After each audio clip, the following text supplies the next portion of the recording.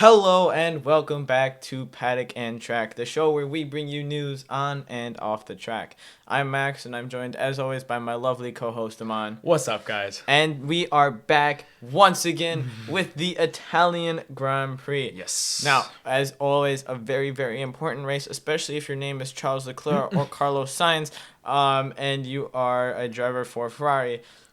It's the big one. You know, It is. you can win your home race, but winning at Monza with Ferrari is different. Yes, the atmosphere, the excitement for Ferrari. It's Ferrari's race to, it's their race. Yeah. It's their race. And you can hear it even when you're watching it on TV. You can hear the crowd. You can hear the roar Yeah. of the crowd. Luckily for George Russell, he did not crash. Yes. But yeah, you can hear the excitement. You can hear the joy that these fans for Ferrari are genuinely feeling. And that's really cool. I think if you were in that position, that'd be really cool. Just a cool environment to be in. Yeah. And it's even better than when you win. It's like it's like being at your home stadium for like other sports and stuff. Yeah. It's really cool. And I feel like, again, like I said, it's different than winning your home race because it's, you can win your home race, but it's I don't know, when it's Ferrari, it's only Ferrari that really has that. As said before, to quote, everyone is a Ferrari fan at the end of the day. Yeah, and so of course, a special race for them, and of course, looking at qualifying, it was not so special for them.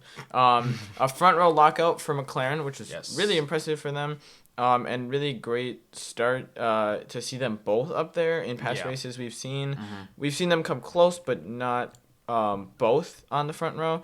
And so this was really great for them. Getting that front row lockout, it was very important. Give them some really good starting position. And then if we look down the rest of the grid, it was interesting for the most part, is what I would say. Yeah. Russell up in P3, so that was a good result for him. Yeah. And then Leclerc and Sainz 4th and 5th respectively. So not where they would like to start. Of course, I mean, you want to start. Of course, everybody wants to start first, but for them, especially, again, like we said, for a Ferrari driver, you really want to be on pole. That's just, you really want to impress during this time. Yeah. And so, I mean, of course, they would have liked to have started a little higher, but it wasn't horrible qualifying. And very surprisingly, Max Verstappen and Sergio Perez are right next to each other in qualifying, but not in the way it seems. No. Verstappen is in P7 and Sergio Perez is in P8, Yeah. which is not good at all actually for the Red Bull car, because it seems that the car is actually slow. Like there's like no excuse like they switched like some parts out or anything or got penalized. No, it's actually like purely that they were slower than the people above them. Yeah, and that was really interesting because we've seen Perez have poor qualifying in the past, and we've seen Verstappen. He's had like a couple bad qualifyings, but this was bad. I mean, this was like Monaco bad. And so I mean, it's relative, right? Bad is relative in Formula One, of course. I mean, P7 is bad for Max Verstappen, but if it was like Bottas in the kick car right now, it would be pretty good for them. But for Max Verstappen, who is the leader of the World Championship, and for Red Bull, who is leading the Constructors' Championship, they really should be up there at the top, and they are not at this race. And it's a scary thing to see because as we saw, the McLaren front row lockout. So as we see McLaren being or Lando Norris being behind Max Verstappen in the World Championship, that's not a good thing to see for Max Verstappen. Yeah, and also Hamilton up in P6, so better qualifying than the previous race at Zandvoort, so that's definitely a good thing for him.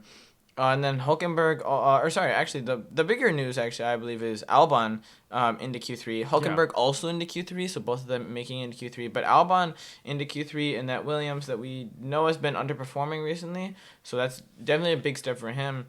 And his teammate, fresh to the team, fresh to F1, Franco Colapinto, in P18. Okay. I think you have to take into account the fact that, well, I mean, it is his like first race. Yeah, first qualifying. First race, and he made up positions. We'll get there, but he made up a decent amount of positions in the race to get a pretty decent ending position. And the car isn't the best either to start with. So being a rookie, I think it's fine. It's all right. Yeah. And then the Aston Martin's also not having great qualifying. Alonso in 11th, so not making it out of Q2. Nope. Just barely, but still. Stroll and then, not making it out of Q1. Yeah, so not the performance that they had last season. At this point in the season last year, had already started falling off for them. Yeah. But still, just they really do not have the performance. Mm-hmm. Ricardo in 12th and Tsunoda in 16th, so not a great showing for VCAR, but once again, like I said, I feel like in the previous episode, I know I mentioned how how especially Tsunoda seems to have a lot of ups and downs. Yeah. And his downs are pretty far down, but his ups are meh, Well, but So- right now he's at his those low points right Yeah. now. And then for Haas, again, good for Hulkenberg, bad for Magnussen. I suppose not horrible for Magnussen. P13 is yeah. not the worst, but not great. But who this was really bad for is, of course, Kick Sauber. P19. Second race in a row, coming back P19 from and this. P20, coming back from summer break, 19th and 20th, not very good. Also Alpine, not great, not as bad as Kick, of course, but I mean when you're P14 and P15, it's not great either. Yeah. All right. So before we get into the race, we can get some practice lowlights. Yeah. So Kimi Antonelli, he was slotted to go into, I don't know which practice He it was. I believe he would have been driving practice 1. Yes. In George Russell's car. Yeah. So then we saw him crash during practice. That was a little bit sad. Yeah. I mean, you understand that like he hasn't driven this car, like at least but it's still it's a big responsibility. Especially, I mean, also the fact that, well, we can get into this later, that the fact that he got announced to, like, the same day or the same weekend, too. Yeah, it's a little weird to me. I don't know. It's just hard when here's this driver that you are supporting. If you're Mercedes, you're supporting and you're putting your trust behind, and now he's crashed one of your millions of dollars car. Yeah, exactly. And that was a little sad. But what also was a little funny is the safety car crash. Not something that you see every day for sure. No. But yeah, the safety car just I mean, Burt Mylander is a very good driver. It was not his fault, because he is a very, very good driver. Yeah. And he did everything he could to minimize damage. He went into the wall sideways, essentially, which is really, if you're going to crash, that's the best way to do it, I suppose. But yeah, they were doing like a test lap sort of thing at Parabolica. The car just went off. I believe it was a brake issue that happened. And so Burt Mylander was okay. So that's important. That's a good thing. Yep. And we have not seen the safety car for a long time. So I guess at least they have a long time to repair it. Yeah. Because the safety car has not come out for a couple races now. Mm-hmm. But yeah, so it was a very strange incident, because you just don't see this happening ever. Yeah. But yeah, so that was kind of a weird thing to see, but yeah. All right, getting into the race now. We see initially that both Red Bulls are starting on the hards, most others on mediums, and nobody's on the soft compounds. Mm-hmm. Interesting to see, because actually, Yeah, no, it was an interesting call from Red Bull. You could clearly tell that they were trying to go long and hopefully sort of do an overcut on their enemies, I suppose, or their competitors. competitors. Is a little bit better, but yeah. So it was an interesting idea, an interesting strategy idea. If nothing else, it's like do the opposite of what other people do and hope it turns out for you. Yeah. Because you never know, it might work. It only sort of worked for them. In the end, it really was not that helpful. Verstappen only ended up gaining 1 position, and Perez gained none. So it wasn't really the most helpful, but it's always a good idea to take a chance, because you never know what might happen. And then I thought it was very interesting to hear it. So it's 476 meters from pole position to the first braking point at turn 1, but that is a long run. Yeah. I mean, you look at tracks that have like really, really long runs to that first corner are tricky when you're starting on pole. Look at a track like Mexico, where that front straight is so long. It just goes on forever. And it is tricky on your pole position. I mean, if you look at last year, right, Sergio Perez was starting further down the grid than I'm sure he would have liked at his home Grand Prix. And he came all the way up. I mean, granted, he was messed up and he got himself out of the race. But, however, I mean, he was able to come all the way up from decently far behind. That's what's tricky about going into a corner that's really, really far away. I mean, to be fair, also that Red Bull car was also insane as well. Yes, but... yes. You have to consider that when you're looking at last year, the Red Bull car was kind of at a different level. But still, at the same time, and we saw that McLaren was really thinking about that and really trying to address that problem, because we saw the two McLarens giving each other the slipstream. Well, I suppose Norris was giving Piastri the slipstream down that front straight, really, really helping out Piastri, but also allowing Piastri to defend from Russell behind. Yeah. So it was good teamwork from the two McLarens, and smart play from whoever decided that they should do that, because that run down to that first corner is so long and so dangerous if you are that person starting on pole. Yeah. Good. However, this slipstream, it ended up being kind of an issue for George Russell, because, well, I suppose because Norris was dragging Piastri along. Yeah. Piastri kind of moved off to the outside of turn 1, and as we know, Monza turn 1 is always a risk of danger. Yeah. And then Piastri started braking like hard, and I don't think Russell was really expecting how much Piastri was going to get on the brakes. And Russell locked up and went off into the runoff. Yeah, not in the fashion of Sebastian Vettel. He didn't just like barge straight through all the bollards. He actually went around them. Yeah, so that was fair play to Russell. But yeah, so it was a little bit of a. It's hard to say who's at fault. On the one hand, you could have said, well, Russell could have been braking more. I think it's a bit of both, bit of blame on both. But at the same time, Piastri had to turn into the corner, and he wasn't gonna hit Norris. Yeah. So yeah. But very close call though. Well, speaking of close calls and hitting Norris, I thought Piastri was gonna hit Norris through that second chicane. Yeah. They were very, very close together. It got a little hairy for a second there. And I really don't think Norris was expecting Piastri to make the move that he did. It looked like Norris was really caught off guard, because it was a little bit of a tight. It was a tight gap that Piastri went for. Yeah. But it was good for Piastri. He made a good move and he took the lead. It did kind of hinder Norris's race. He had a big snap of oversteer like halfway through that chicane, and then he lost a position to Leclerc after that, partly because of that oversteer, and also when you're fighting with someone, you tend to slow down a bit, things like that. So, but he lost the position to Leclerc. So it was really an unfortunate incident for Norris, because it did impact his race negatively. Yeah. I don't think Piastri meant to impact Norris's race negatively, but I think that is sadly what happened. Yeah. Yeah.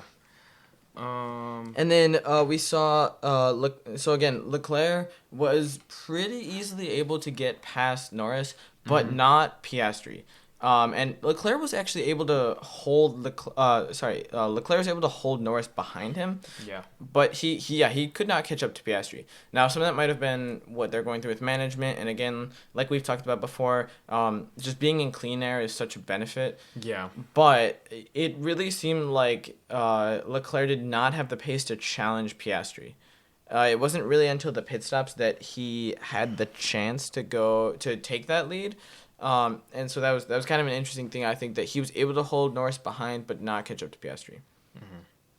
And then we also saw Hülkenberg get pushed into the grass by Ricciardo, and then Ricciardo was given a 5-second penalty. So really, it looked kind of, in my opinion, it looked like pretty much only Ricciardo's fault. Yeah. He kind of squeezed Hülkenberg there to the outside. I think he just couldn't judge how much space there was.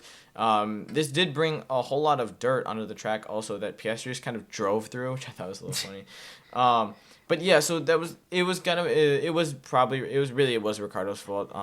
He got a 5-second penalty, and then he got a 10-second penalty. So the way that was served was.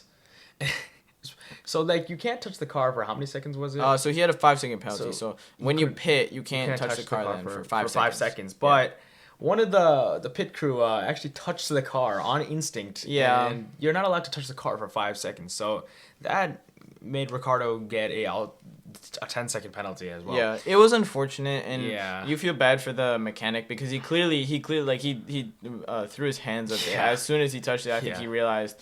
And you feel bad, and then you feel bad for Ricciardo because, well, now he had to come back and serve another penalty. Yeah. So it was unfortunate for him. And yeah, really, there was nothing that, it was the mechanic's fault, yes, but, you feel bad for him because he probably didn't. I would think at least he didn't mean to do it. Yeah, and then the skirmishes continue with the race, which we have Russell having wing damage, which ends up him losing an end plate. Yeah, so that was bad for Russell because the end plates really, they're not a large part of the wing, but they really do have a significant impact on your performance, especially on like things like degradation of the tires, and if nothing else, it affects the balance of your car. So now your car will feel a little off. And he started losing a decent amount of position, so they finally called him in, but it was part of the thing is when you have damage, you have to be careful that you don't get penalized for having a car that's dangerous, so to speak, on the track. You look at incidents like what happened to Felipe Massa when a spring flew off a car and hit him. Oh. Now this is sort of a different incident as that spring wasn't necessarily like, in a certain spot where like it was possible that it would go flying off at random points. Yeah. But you have to figure that this is a similar situation that you don't want to happen because Mazda could have easily been killed in that. Yeah. And he got very lucky.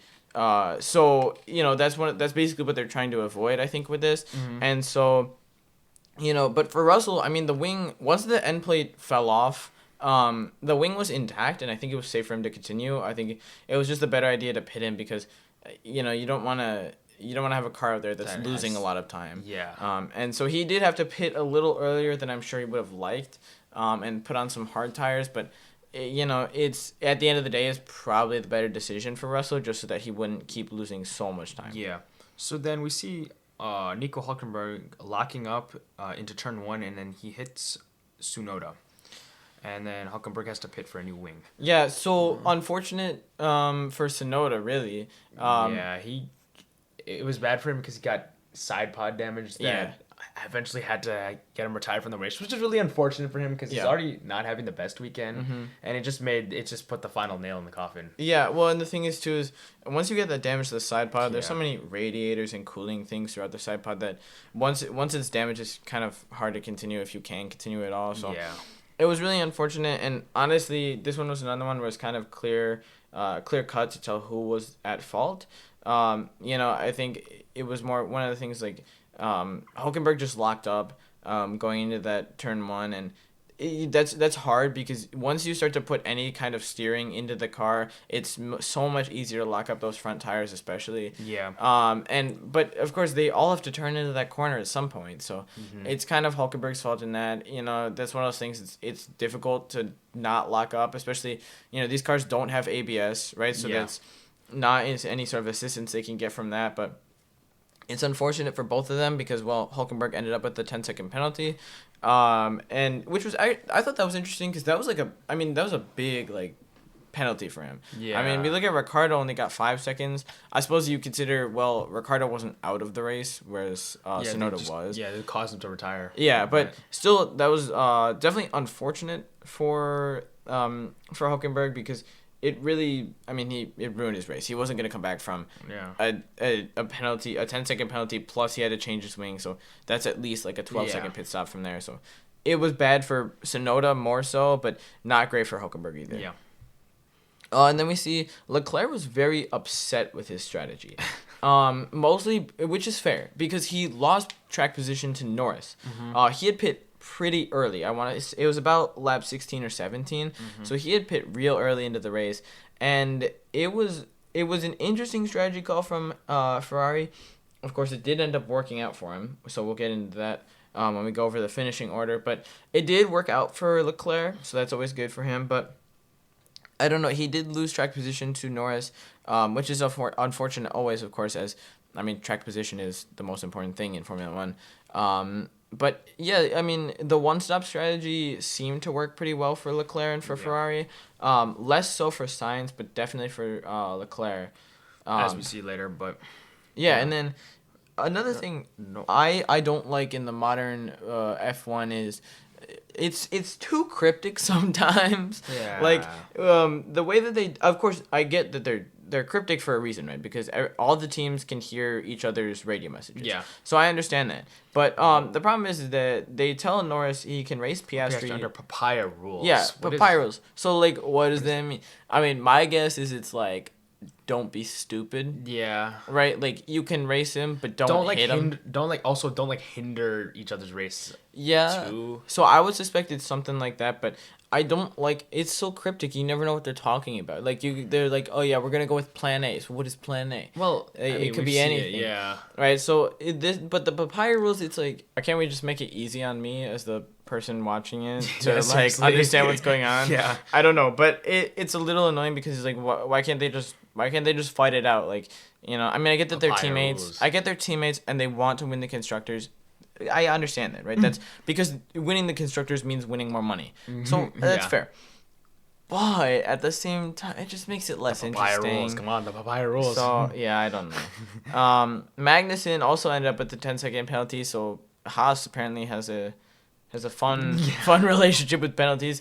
But yeah, so he ended up with 10-second penalty for causing a collision with Gasly. And then also that penalty also put Magnussen over his limit, which now bans him from the next race, which is Azerbaijan. Yeah, so that will bring in Ollie Behrman for the next race for Azerbaijan. So it'll be interesting to see him back and in the car. Well, not exactly the same car, but the car, the team at least that he'll be racing for next season, as opposed to the Ferrari that he raced in Saudi Arabia. I think that's going to be valuable for Haas just to see what he's made of for one of the races. Yeah, and that'd be really interesting. Yeah.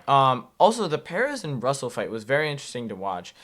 We had seen this fight really, I mean, since the beginning of the race, this fight, well, not the beginning, but since early on in the race, this had been going on. And it was close between the two of them. Yeah. It really only ended when Perez came into pit. But it was close. I thought a couple times they were gonna hit each other, but it was fun to watch. I will not lie. Yeah. I enjoyed it. And then while I was watching this, I noticed something. The Red Bull wing looks so weird. Their rear wing. I don't even know how to describe this. You might want to look up a picture of this. It looks very, very strange. Monza's one of those tracks where they all have like really tiny rear wings. They all look really small because it's so fast. You don't want the downforce. You want, you want just like pure speed. Yeah. But it looks really, really weird. And honestly, it didn't give them that much of an advantage. No. And it was very, very interesting to look at. So I don't know what they're gaining aerodynamically. Clearly they think they're getting something because why else would they do it? But yeah, it was very interesting to look at. It has like these 3 sort of cutouts. Yeah, on the in top. It. Yeah, it looks very like an uneven. Well, it looks even, but I'm saying it looks like weird how they cut off the tops. Yeah, so you might want to look up a picture of this. It's very interesting to see. And they really only have run it here as far as I've seen. And again, this is a very low downforce track because it's all high speed for the most part. So it's very interesting to see the teams making different advancements and trying new things. Yeah. Because that's what F1 is about, trying new things and finding loopholes and things like that. So it's interesting to see, and again, it clearly didn't help them that much, but it's still interesting. We've seen like interesting strategies like that before, like the Mercedes zero pod strategy that they tried and miserably failed. I mean, the things, if you tried things, something might work and it will give you an advantage. That's the thing is, you never know when something will work for you, so you just got to keep trying things, especially now that they've lost Adrian Newey. Yeah. They're trying everything they can to make this car more aerodynamically efficient, and for their sake, hopefully they'll find something. Yeah. And then again, as I was talking about earlier, Leclerc and Sainz made that one strategy work. Sainz less so, right? Both Piastri and Norris were able to pass Sainz toward the end of the race, which was interesting actually because Sainz had newer tires than Leclerc, but Leclerc was the tire whisperer this race. Usually I feel like it's the 2 McLarens are the tire whisperers because they're always really, really good on those tires, especially at the end of the stint. I don't know what they're doing, but they're really nice to their tires. Yes. But wow, Leclerc he's been able to pull off the one-stop strategy a couple times now. Yeah. And that seems to be one of his strong suits because he really made it work, and without that, he would not have won. Yeah, and it's a big win for him here in Monza, especially as we've seen before. Yeah. Magical moment here for Ferrari. Yeah, and Leclerc, of course, knows what it's like to win with Ferrari in Monza. He's done it before, but again, another special time. Of course, Carlos Sainz would have liked to have won it on his 30th birthday on his last season with Ferrari. Yeah. But, he came fourth, so not bad, but not great for him. I feel like for Leclerc, it's a storybook for him because his first win this season was in Monaco at his home race, and then here it's in front of most of the Ferrari fans here in Monza. Yeah, and we know Leclerc is Ferrari's guy. He is sort of the face of Ferrari at this point. Yes, Carlos Sainz is there, but he's kind of he's just there. He's just kind of in the background. And so it's really huge for Ferrari, of course, and huge for Leclerc to win this race. That's of course very special to them, and of course bring in a ton of points. So again, looking at that finishing order, Leclerc on top again, like we said, great for him. Piastri in second, and Norris in third. So this is a race where Piastri was faster than Norris. Yes. And like we saw that going through into that second chicane that he was faster, he was quicker. So very impressive from him. And then Verstappen and Perez 6th and 8th place. Not where those Red Bulls want to end up at this point in the season. And then splitting those is it's like a sandwich. It's like Russell and Hamilton. Yeah, so 5 and 7. So I mean, we've seen Mercedes have strong performances, but this is one of those where, they still did decently well in the race. Yeah, it wasn't horrible. Yeah. Albon coming in 9th, so again picking up some points for Williams, which is good, and Colapinto in P12, so coming up from 18th up to 12th place in his first ever F1 race. I have to admit, as much as I like Logan Sargent, it's impressive. He's doing good work. It is impressive, genuinely. We'll see what we get from Colapinto, from the Argentine driver. Yes. Of course, we know he will be replaced at the end of the season because Carlos Sainz has already been signed. Yeah. But still, he's done impressive work so far. Again, first race, you come 18th to 12th. That's impressive. Yeah. It reminds me of Théo Pourchaire and the couple of races that he did with McLaren IndyCar. Yeah. He wasn't always the best in qualifying, but hopping into this car for the first time, and he would make up positions in that race. Yeah. A decent amount. And so really impressive from Colapinto. Hey, who knows though? That Audi seat is still open. Yeah, that is true. He definitely has a shot at that seat. And that's really that. And at this point, when we're recording this, it is the Audi seat and, I suppose the kick seat at this point for 2025. And the actually, that's it. No, that's it. It's just at the time that's we're left. recording this. Yeah, that's all that's left. We'll get into some of the new driver signings as we get into the races that it happened closer to. But yeah, so we'll see what Colapinto can do for the rest of the season because I think it'll be impressive. Yeah, I think so too. And then the rest of the grid is pretty unexciting, pretty much what we'd expect. 14th and 15th for Ocon and Gasly, so Alpine is not happy with this race, as I don't think they have been throughout the season. Bottas up in 16th, Zhou in 18th, so they're not last. Yeah. So that's something. And Tsunoda's the only DNF for this race, so it was all right to watch, especially the beginning was really fun to watch. I think the beginning part was the best part of the race. And and now I do want to discuss what we think about Kimi Antonelli. Joining Mercedes for 2025, one of the newest and youngest rookies, I feel like. Yeah. Coming up with Ollie Behrman, actually, they were teammates, so those two are close. Yeah. But yeah, so very interesting. Kimi Antonelli for 2025. I think we both expected not this year, but maybe the year after for Kimi Antonelli. It's an interesting pick. His performances aren't the strongest in F2. As we've seen before, we've seen better picks from F2, but as you know before, that it's not F2 success does not always translate to F1 success, as we've seen with Logan Sargent. And the other thing too is, Kimi Antonelli. It's interesting, I think, for Mercedes to take Kimi Antonelli. He's not really acclimated with these cars yet. And he's a big team to go to. As well. You're at a top team now. Yeah. Right, and like you said, a very large team that has a lot of resources and things like that. So that'll be good for him to help him grow. But I think it would have made maybe a little more sense for them. I feel like it would have made sense if he went to Williams first. Yeah, like Williams or maybe Sauber or something. Or put Carlos Sainz in the Mercedes. It makes more sense for that. Yeah. So I think it'll be interesting to watch him and see what he does. Yeah. If I were Mercedes, I would be worried that he just doesn't know the car well enough. No. Yeah, as we saw from that crash. Well, yeah, I mean, and some things it's hard to say, right? Is it his fault? Is it the car, right? I think for that crash, it seemed more like his fault. I mean, the Parabolica, that final like long corner of Monza, is very easy to go off on. It's very easy to lose grip and get a lot of oversteer. But at the same time, if this is the person you're putting in your car, you don't want to see them crashing. I mean, ever. But I mean, it happens. But it's not a good look when it's like your one practice session and you goof it up. Yeah, I feel like it's like one of those when he's one of those drivers to look out for, to be like, is it too early for him to be in F1? Yeah. Because the only, as we know, him and Ali Behrman are teammates currently. In F2 with Prima. F2. But we see Ali Behrman actually have experience in the F1 cars. I mean, as you know, he raced in Saudi Arabia with Ferrari and then again in Azerbaijan with Haas. And he did decently well. So I think we're like not much worried about him, but it's just Antonelli that's just the one that is to look out for. Yeah. All right. So that wraps it up for us. We will see you guys for the next episode. Goodbye. Oh.